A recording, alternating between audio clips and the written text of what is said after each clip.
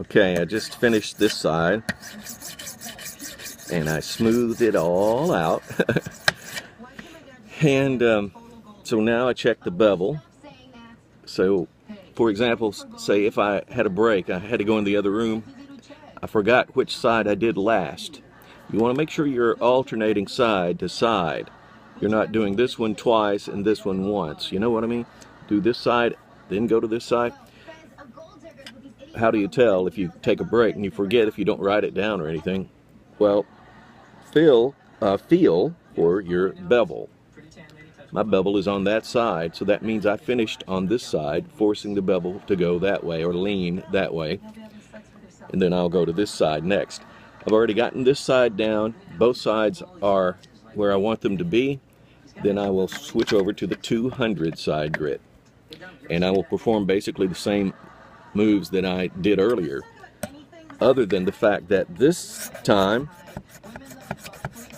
I'm not going to be trying to remove any excess steel. I'm not going to try to be sharpening, or I'm not going to try to be reprofiling or anything like that. This time, even though I will be forming a bevel, and it's okay to check it every time, I do.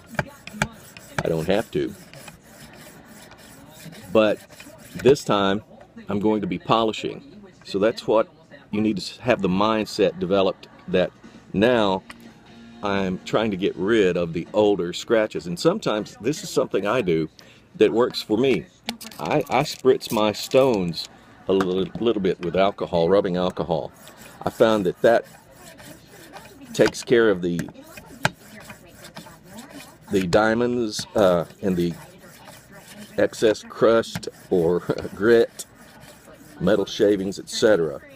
And it does help you get a much smoother feel. You can actually feel what's smooth and what's working on there.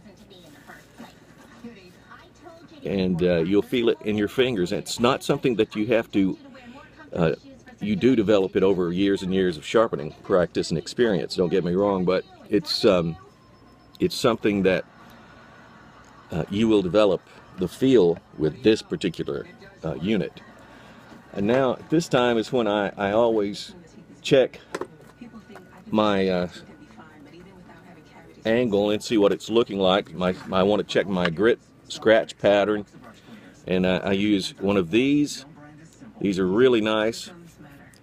This one's lighted. The light's burned out on this one right now. And this one is 35 times. And I like to use this one. This one was like $2 or $3 from Amazon.com, but it came from Guangdong, China. Guangdong.